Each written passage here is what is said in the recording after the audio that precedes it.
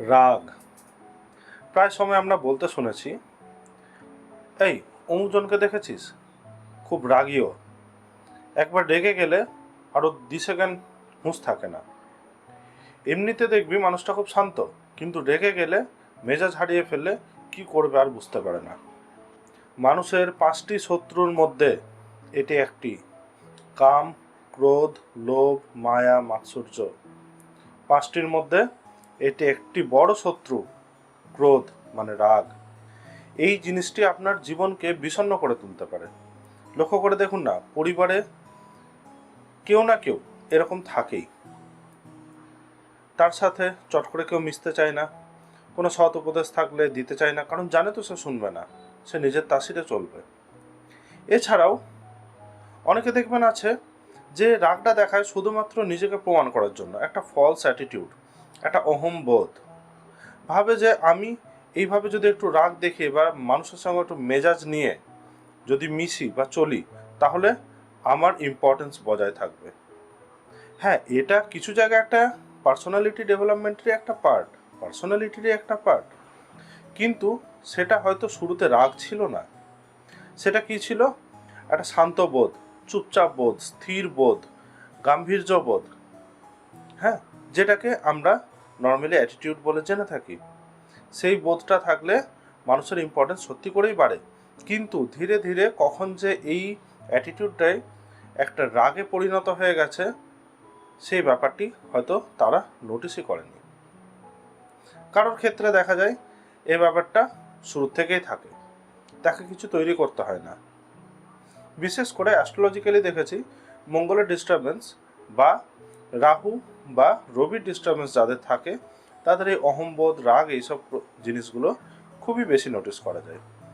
যেটা বলছিলাম, অনেকে এই রাগ দিয়ে একটা সিন ক্রিয়েট করে, মানে সেটা হয়তো ঝামেলার কিছু ছিল না, কিন্তু দেখবেন সে তার নিজের ইম্পর্টেন্স বজায় রাখার জন্য সে ঝামেলাটাকে আর একটু বাড়ালো, রাগ দেখিয়ে, মেজাজ দেখিয়ে।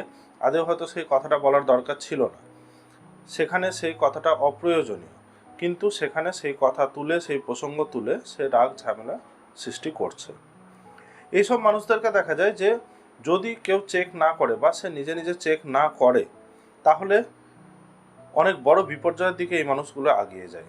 যেরকম থানা পুলিশ, কেস কাছারি, ভাই বোনদের সঙ্গে দূরত্ব, পরিবারের সঙ্গে দূরত্ব, বন্ধুদের সঙ্গে বচসা, বন্ধু কখন শত্রুতে পরিণত হয়ে গেছে জানা ছিল না, বেকার, হ্যারাসমেন্ট, এই জিনিসগুলি যদি আরও যেতে থাকে, তাহলে তার নিজের শরীরের পর্যন্ত ক্ষতি হয়। অযথা প্রেশার বেড়ে যাওয়া, যে কোনো জায়গার থেকে হঠাৎ ব্লিডিং, যেরকম পাইলস বা ফিশার, এই ধরনের মানুষদের মধ্যে বেশি দেখা যায়। যে কোনো জায়গায় ব্লাড আসা, দেখবেন অনেক সময় হয় অনেক কারণ ছাড়া, নাক দিয়ে ব্লাড আসছে, কাশির সময় কফ দিয়ে ব্লাড আসছে। এই ধরনের জিনিসগুলো কিন্তু হয়ে থাকে, কারণ তাদের, এই যে বললাম যে অ্যাস্ট্রোলজিক্যালি এদেরকে দেখেছি যে মঙ্গলের ডিস্টারবেন্সটা কিন্তু ম্যাটার করে। তো এই মঙ্গলের ডিস্টারবেন্সের কারণে ব্লিডিংয়ের টেন্ডেন্সি কিন্তু একটা থেকে যায় তাদের। সমাধান আছে, সবই বলবো, ভিডিওটি শেষ অবধি দেখুন, সমাধান এর সম্ভব। কারণ সমাধান দ্বারা আমি দেখেছি এইসব মানুষগুলোকে যখন 180 ডিগ্রি ঘোরানো হয়, তাদের এই যে তেজ, তাদের এই যে একটা ক্ষমতার খিদে, এই জিনিসগুলি তাদেরকে আবার জীবনে আগাতে সাহায্য করেছে।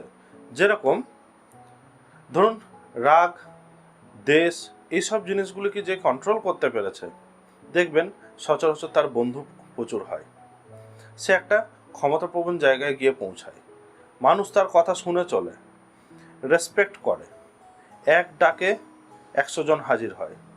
এরকমও হয়েছে, কারণ অ্যাস্ট্রোলজিক্যাল রেমেডি দ্বারা এদেরকে এই রাস্তা দেখানোও গেছে। এমনই হয়েছে যে মানুষ তাকে ভয়ে, শ্রদ্ধা করা বা ঘৃণায় কথা না বলা, এইসব না করে ভালোবেসে ভক্তি করছে, মানুষ তাকে ভালোবেসে সাড়া দিচ্ছে।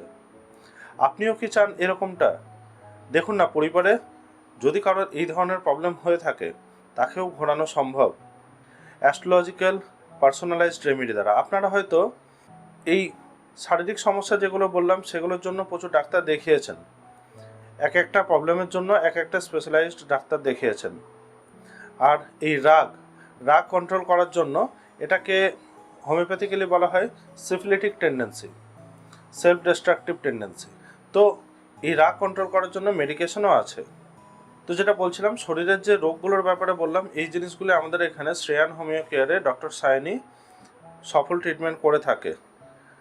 আমি এই ব্যাপারে নলেজ রাখার কারণে আপনাদেরকে অ্যাওয়্যার করতে পারলাম। হ্যাঁ, তো যেটা বলছিলাম যে পরিবারে দেখুন কাউকে নোটিস করে যদি এরকম হয়ে থাকে, তাহলে চাইলে তাদেরকে কন্ট্রোল করানো যাবে।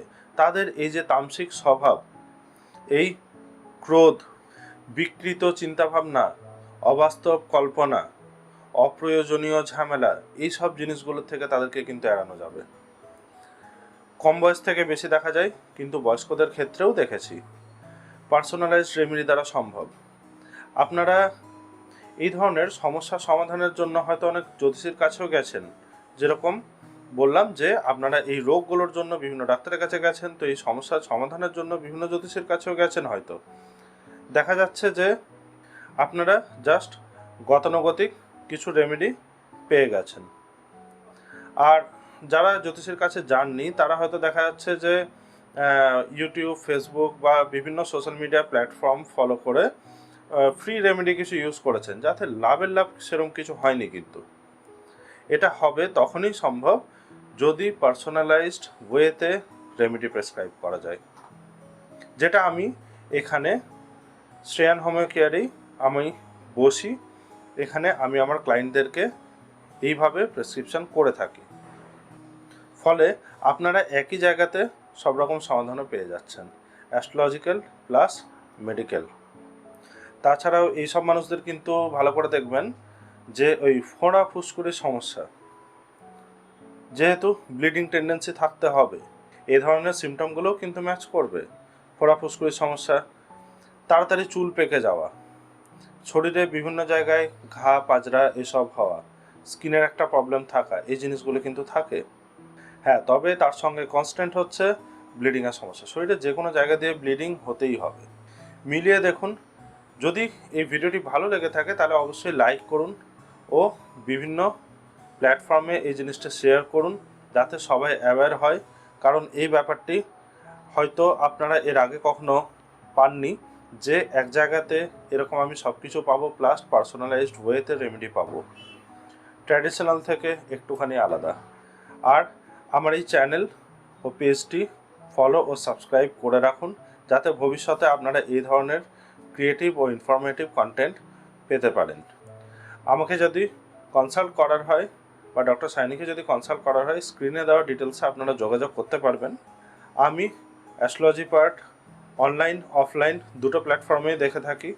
আমাকে কন্ট্যাক্ট করার টাইম, মানে স্ক্রিনে দেওয়া ডিটেলসে আপনি কল করতে পারবেন কন্ট্যাক্ট করার জন্য, সকালে 10টা থেকে 1টা পর্যন্ত। বাদবাকি সময়টা একটুখানি অ্যাভয়েড করলে ভালো হয়, কারণ আমি বাদবাকি সময়ে আমার ক্লায়েন্টদের সমাধান করে থাকি। আজকে এখানেই শেষ করছি। নমস্কার, ধন্যবাদ।